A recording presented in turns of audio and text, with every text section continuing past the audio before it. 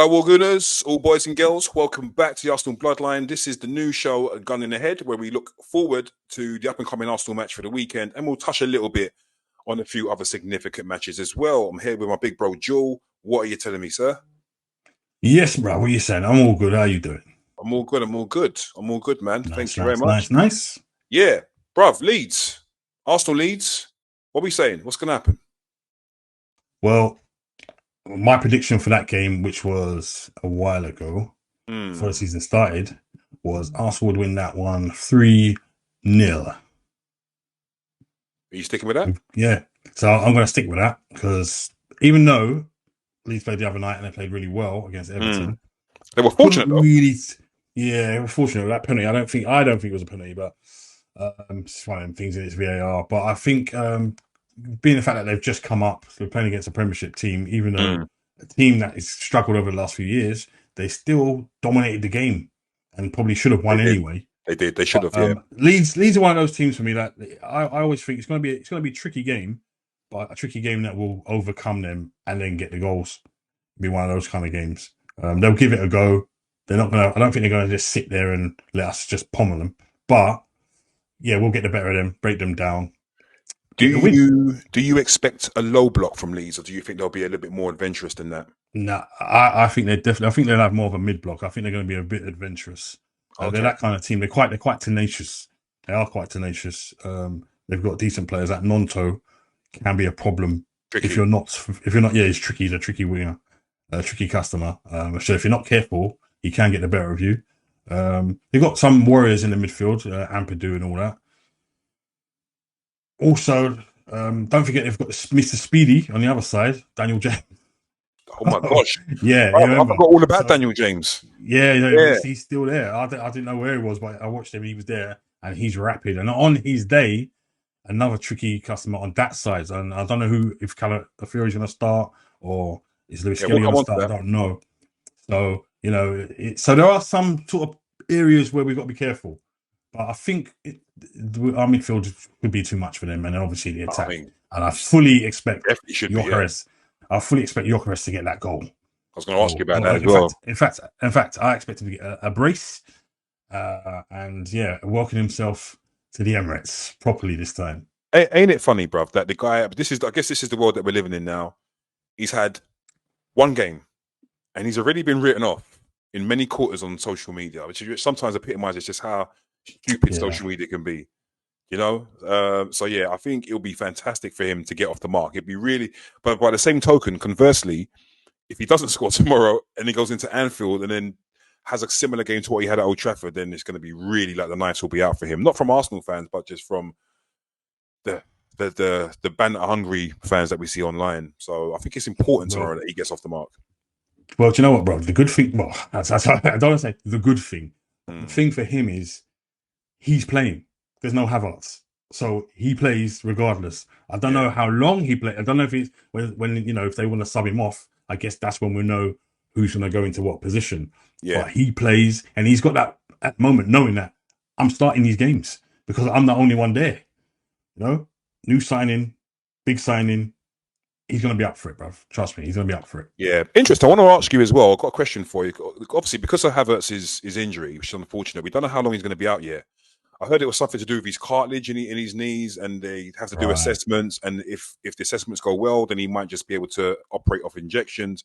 But if the investigation doesn't go well and there's extra issues, then he's more than likely going to need an operation, and that will be what will keep him out for probably months. Well, probably until the new year, basically. So.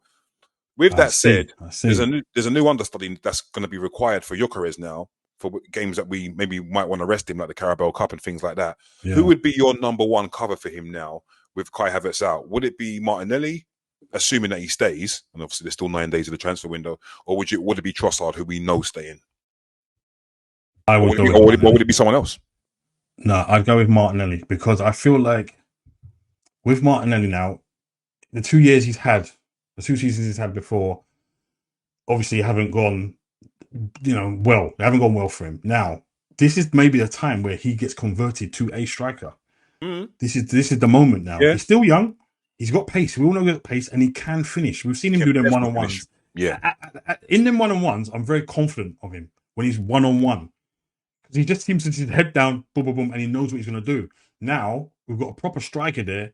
Learn off of him. Just learn. And I think Arteta, these coaches should be going, it's obvious. It's just, he's made to play in that position. He's got all the attributes to play there. So you're the understudy now. Yeah. That's it. Okay. It's just, I think it's a no-brainer. What do you think? It's interesting. I agree with you. I think Martinelli should have been converted centrally ages ago. I don't think he's a left winger. I actually don't think. I've never really believed in him as a left winger, and I think what we're seeing now with Martinelli, where he's in this weird patch of form over the last few years, I think it was inevitable. I don't think he particularly likes playing there. We used him once centrally last season at Anfield, and he scored. He scored, and he was a handful. So why not try it again? You know, he's running power, bruv. Yeah, the left hand side. We've gone from screaming out for reinforcement on the left hand side to now being overly blessed with players on the left hand side. So yeah, it's funny how things work out. I'll try him centrally, definitely. Yeah, that's what I would do. I'd hold off on trying to buy someone in. Just say, right, you're going there now. Like you said, when he runs at people, he causes terror. He's been doing it every time. Remember, in fact, the game at Leeds, Ellen Road, he played centrally. He was causing mad problems, and he scored it again in that game. So that's what I do. Yeah. Okay. You're the understudy. Fair enough. As for the game itself, I pretty much agree with everything you said, including the scoreline. I've had 3-0 in my head for like the past week or so. So I'm sticking with 3-0. I think Gyökeres will score. I've got a funny feeling we'll get a penalty as well, and I'm really interested to see the dynamic of when we get a penalty and who's going to take it. That's Saka, and he makes it 3-0. That's how it works. You see, brace from Gyökeres, and Saka gets his penalty, and he looks, and then he gives Gyökeres that wink. That's what he does. Do you think the arrival of Eze will light up something in Saka just to let Eze know that, okay, I know you're the new kid on the block, I know we're brethren in that, but I'm the Don Dada. Yeah, I'm the Don Dada of this club. Yeah. Do you think it might create a little competition? Obviously, look, we've got the few Niger boys now at the club with Madueke, Saka. That's gonna definitely do it. There'll be a little competition between the three of them. Yeah, because that's how it works. That's how it goes. There's always competition. When they go to England, I watch a lot of them videos, and it's mad competition between them. And there's that picture. I know you've seen that picture for England. All three of them. Yeah. All three of them. Look, it's on the screen right now. It's on the screen right now. That picture, yeah. And I was thinking, when I saw that, I was like, that's a possibility. That's actually a possibility. Yeah. And now it's a reality. That's mad. Also, bro, like when you look at the English contingent in that team now, Benny Blanco, Max Dowman, Ethan Wanyeri, Saka, Eze, Madueke, Declan Rice, Miles Lewis-Skelly. We've got a good English core now. We've got a third of the England team that could start a game. Yeah. Or is it more? It's probably more now, isn't it? And we're being linked with Morgan Rogers as well. I saw that earlier. I was like, no, that's going too far now. That's going too far. That's too far. That can't happen. Too far. I would have loved that to happen. I would love it. No, we love it to happen. We can't do it, man. It's too much. It's taking the piss. Yeah. You know what I mean? But yeah, man. So tomorrow, looking forward to that game. It's 5:30 kickoff in it. So yep, 5:30. Time to watch. I'll soak up the other games and then just guys, sit back and take look it in. out for the content coming tomorrow surrounding the Arsenal Leeds game. I will be there. Watch out for the matchday vlog. Watch out for the shorts. They'll be coming your way for sure, and some live action too, of course. So let's talk about predicted lineups. What are you expecting from our 11 tomorrow? How are we going to go? Much change from Old Trafford? It's a bit tough. Just wondering about. I think obviously Raya in goal, Saliba, Gabriel. I feel like I want to see Timber now. Nothing against Benny Blanco, but like you said, I'm agreeing with you. His all-round game, Timber, is fantastic, and he is the better defender at right back. Right at right back, he's a better defender, and he's aggressive as well, and I love that. On the left fullback, I'm not too sure what the bloody hell Arteta's going to do. Calafiore played all right, man. But yeah, and I think in this game, I think he might even go with that. He might even go with Calafiore. I would go with Miles, but I think he's going to go with Calafiore. I agree with you. I think exactly the same. I would go with Miles for this game, but I've got a feeling he's going to go. He's going to go with Calafiori. So I've seen Calafiori in there, same midfield, and this time it will work. It will do the thing it's supposed to do. Joe, just quickly on that. Sorry to cut you, but I think it worked at Old Trafford. The transitioning that we was doing was working. It was just the last pass. But the way that we set up, that was Odegaard. That was down to Odegaard, wasn't it? Like just being indecisive. I don't want to criticize Odegaard too much, though, because he done some good things. I watched the game back. I watched the whole 90 minutes back. Oh yeah, you watched the game. Yeah. He done a lot of good things that other players weren't helping him with. And even when he was breaking at speed, running through the Man United defense, Saka's run was poor, and Gyökeres's run was poor. They were too narrow. Go wide. Yeah, they didn't go wide. They needed to split. Yeah, maybe that's why he didn't pass them, because he's thinking that's why he didn't want to pass. You know what he should have done? He should have had the shot. He tried to, but he got jacked. He got jacked. Yeah, so all right, the same midfield, and obviously it's going to be Gyökeres. We know that, Saka, and on the left, I would go with Madueke. I'll start with Madueke, but yeah, it was. Yes, I think Arteta might even start with Madueke. I think he might go. Bro, again, same thing. Let me see you. I'm going with you. Same thing. I would play Madueke, but I feel like he's going to start Martinelli. Yeah, and obviously throwing Trossard in the mix now. If he comes on as a sub, it's going to be interesting to see where he does play. Will he play him as a false 9, or will he just say, nope, you're on the left, and then will Martinelli come on as the striker? That's going to be interesting to see. So I'm looking forward to that. All right, cool. All right, let's move on to a few other games of the weekend. There's some big games this weekend starting tonight. West Ham, Chelsea. It's West Ham, Chelsea. I don't know. Yeah, West Ham. I think West Ham at home. West Ham at home. Yeah, it's at the London Stadium. Yeah. What do you reckon? Right. Versus Leeds. West Ham were the second half anyway against Sunderland were awful. They just under pressure, they try, what they do. You know what they're doing? They're just giving the ball to Bowen and saying, "Yeah, go on, mate. You say like, give it to Delroy." Give it to Delroy. Give it to Jared. That's let me quickly break that one down. So when we was playing football at school, but many moons ago, we had a player in the team that was clearly, a top player. He used to score all the goals for us and stuff. And our coach, our football coach, literally the tactics were, his name was Delroy. And the football coach, Mr. Hat, my brother used to know Mr. Hat as well. Mr. Hat was at the school when my brother was there. And his tactic talk, his team talk to us was literally, kick it to Delroy. At half time, kick it to Delroy. Literally, that's all he knew tactic wise. So yeah. So so basically, that's what I feel West Ham have become. They're relying on Jared Bowen now, and unfortunately for him, he's got to bear the burden. Chelsea they didn't look as good as they did in pre-season. I don't know why, but they've got firepower. They've got players, and I expect Chelsea to go there and win. Score? I think they can go there and win. I'll say 2-1 Chelsea. Okay. Yeah, I agree with you. I think it's a game where both teams are going to be looking for the win. They both had disappointing results in the opening day, particularly West Ham. West Ham at home, so a lot of pressure on the manager, who I don't think is that popular amongst the Hammers crowd. So very interesting game indeed. I think Chelsea probably have too much for them, though. I agree with you. I'm going 2-0 to Chelsea. I wanted to say 2-0, but I just feel like maybe West Ham will get something.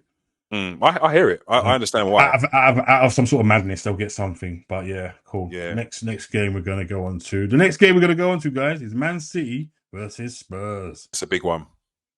That's a big one. Kick off on Saturday. Yeah, 12:30 kick off. I think I asked you already. Did you see the game? I don't think you did. Wolves Man City. I did. I watched the game. Yeah. All right, cool. You did watch it. Now, what did you think? I didn't think. I thought for a period of time. Remember, I was saying to you, Wolves. I thought Wolves were very good. I thought Wolves created some chances. They were on the counter. They were very good. Yeah, transitional. They were very good. And I kind of felt like the goal couldn't finish. I wouldn't say he went against the run of play, but I thought I felt a little bit for him when Haaland scored that. It felt a little bit against the run of play and a little bit out of nowhere. And then from that moment, they kind of capitulated a little bit. But I thought they were actually quite decent for the first half an hour in that game. I think the scoreline flattered City a little bit. I think a better team would have given them more of a game. Spurs traditionally give Man City that game, So it's an interesting one. Of course, Spurs are pairing off a 3-0 win against Burnley, but then it's Burnley. No disrespect to them. Man City is a completely different kettle of fish. It's an interesting game, bruv. But I'm going to go with Man City to win. They're at home. And I think they'll win narrowly. I don't think they will beat Tottenham up. I think it'll be narrow. I'm going to go with 2-0 on 2-0 to City. Very tempted to say 2-1, but I'm going to say 2-0. Okay. 2-0 is my result. Yeah, that's my result. I tend to agree with you about the game against Wolves. I mean, yeah, I did feel for Wolves when City scored because Wolves were playing well in that period. They were, yeah. But City, I was impressed with a few of the new boys that they had, like Reinders. Oh, he played really well in that game. That's a throwback player. For me, he's a throwback player to like the likes of Vieira. And I'm thinking he would have fitted into a nice Arsenal team back then. And he if he came to us, no one would have been surprised because that's the type of player we used to have, just like that.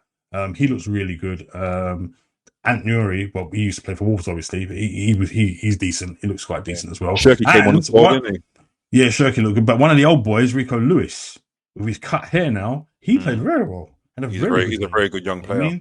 I mean, very, very good. Because I felt Oscar Bob as well. Season, yeah, Oscar Bob was tremendous feet that guy's got. Tremendous feet. You see that pattern of play where he just literally beat about 6 players. Yeah, that's what I'm saying. Yeah, because I was looking forward to watching him last season, but he got that injury. But yeah, some of the players have got a bit of a revival, and City kind of like look like them old selves a little bit, not fully, because you can still get at them. And like you said, Tottenham are a kind of team that kind of just give them problems. And now with this new system that Tottenham have got, where they can really defend, the structure is really good. And on the counter now with Kudus. You never know. But I think it's going to be a tight game as well. Man City narrowly winning this 1-0. 1-0. Okay. All right. Yeah. How about Sunday game?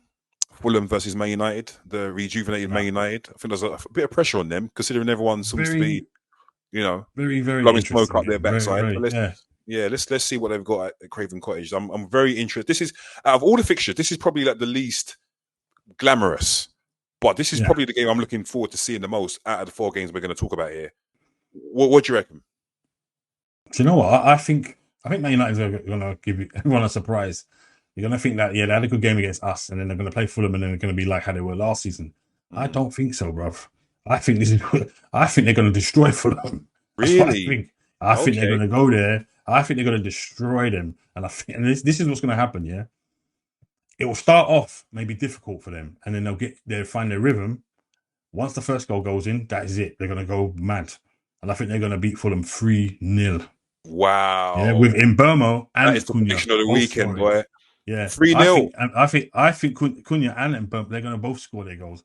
And possibly Sesko might score as well. They could be their 3 attackers scoring their first goals. All right. That's what I think is going to happen. But I was impressed with some of their play against us. I mean, we didn't help ourselves, but going forward, they did look dangerous. And I felt they were good against us, but I think it's been a little bit overreactionary about how good they were. I'm not so sure they were that good, really. There was a period of that the second half, we were comfy. We were just controlling the game. They weren't creating much. I'm going 1-0, bruv. 1-0. 1-0. Yeah. Okay, that's interesting. I can't wait to see that game now. Yeah. Remember the Red and White Aftermath show, guys, 6:00 on Monday. Let's see who gets it right. And remember these predictions, yeah? All right, last game, bro, before we wrap up, is Newcastle against Liverpool. Wicked game. Ooh. I know. If only there was an Isak involved in this game. He gets away with it. He was involved one way or the other. But do you know what's going to happen? He's not going to be bloody involved because it's just not. Nah. He's not. It's just so stupid. This whole saga, it's been rubbish. We've seen it too many times before. And, whatever. Right, Newcastle, Liverpool. Yeah, I sorry, Newcastle, but it's not going to work for them, bro. I think Liverpool will just go there and win 2-0. Wow. Yeah. Damn. Okay. I'm not saying it's going to be easy, but I just think, 2-0 for me. I'm with you. I think Newcastle are going to be very motivated in this game for obvious reasons. I think their team's going to be very, very, very well up for this game. I think they were quite good against Aston Villa. I think they deserve more, but they were lacking firepower, and that is the only reason. Isak, yeah, but I think that's the only reason I'm going to predict Liverpool to win this game. I think if Newcastle had a striker, my prediction would be different. If they had a striker, it'd be different, but they don't. And it was showed against Aston Villa. And that for that reason, I think Newcastle will take the lead, but I think Liverpool will overwhelm them in the end and win 2-1. So I'm going 2-1 Liverpool for that game. Yeah. So it goes, man. Anyway, that's how it goes. Interesting stuff. But yeah, bro, the Red and White Aftermath show, we will catch up and see who got what right. That's going to be interesting. That's going to be interesting. Okay, let's go. Let's bring it on. Let's go. Bring it on, baby. But yeah, guys, that has been the Gunning Ahead show. Looking ahead, as you can tell, me and my brother both very confident of an Arsenal victory. I'll be absolutely mesmerized, and not in a good way, if we don't come back with anything less than 3 points. Or sorry, if we do come back with anything less than 3 points, I'll be flabbergasted. So yeah, so confident, of course. We know that Eze is imminently going to be announced. So there's that to look forward to as well. So I think the Emirates will be in even higher spirits, following on from our opening day victory against Man United at Old Trafford as well. So there's a lot to be happy about at the moment. So let's continue that with 3 points. Yeah, guys. Yeah. Take care of yourselves. Let us know your predictions in the comment section below. Joel. Yeah, man. And people, don't forget, like the thing, share the thing. Yeah. Tell your people them. Also, you may bump into this man at the stadium tomorrow. Some of you. If you do, say hello. Yeah, don't be shy. Don't be shy. Don't buy it. Okay. And I'll catch you on the next video. Take it easy, guys. Peace.